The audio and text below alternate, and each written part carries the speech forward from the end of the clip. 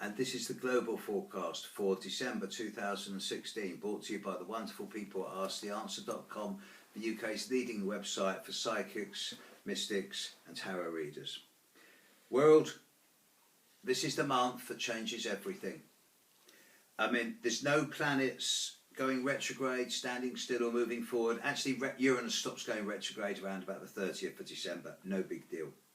The Sagittarius full moon on the 11th of December is trining Uranus. It's healthy enough.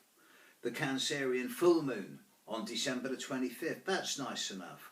So on the surface, you think, well, no planets moving forward or backwards, nothing with the moons. What's the problem? Problem is, Mars is going to be in mid-Libra in the first 2 weeks of December. Mars is going to be squaring Pluto and opposing Uranus. This is the last stages of the Uranus-Pluto square that's been going on for 5 or 6 years now. And this is it. This is the last big test.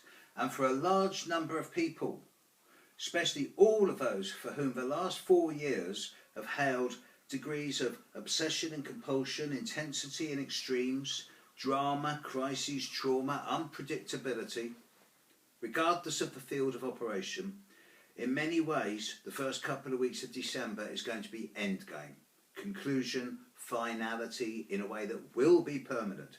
So it's a question of use it or lose it. Lay down and die or get up and fight. And if you get up and fight and you make hard choices and clear-cut decisions that are yes, no, black, white, what you will do is you will bring an end to years of challenge, and you will be able to move forward in a way that is clean, clear and unequivocally more happy. Come the start of January, many people in the world are going to be feeling that they've made some big choices and moved forward big time. However, that's for those people that choose to act. Those people that choose not to act will find themselves in the unfortunate position of having to react, and that's going to be a lot more painful.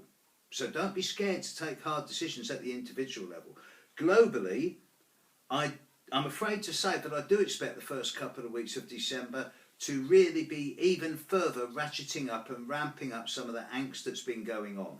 I know that a number of politicians, both in the UK and in the USSR, are coming up for a great deal of pressure, especially around the second week of December, and I do anticipate some quite startling developments at this time. But again, this should all be over by solstice, and I, for one, am really looking forward to the solstice festive period and the start of January, knowing that we seem to be heading into a somewhat downturn of the angst, fear and terror that seems to have ruled people's lives over the majority of 2015.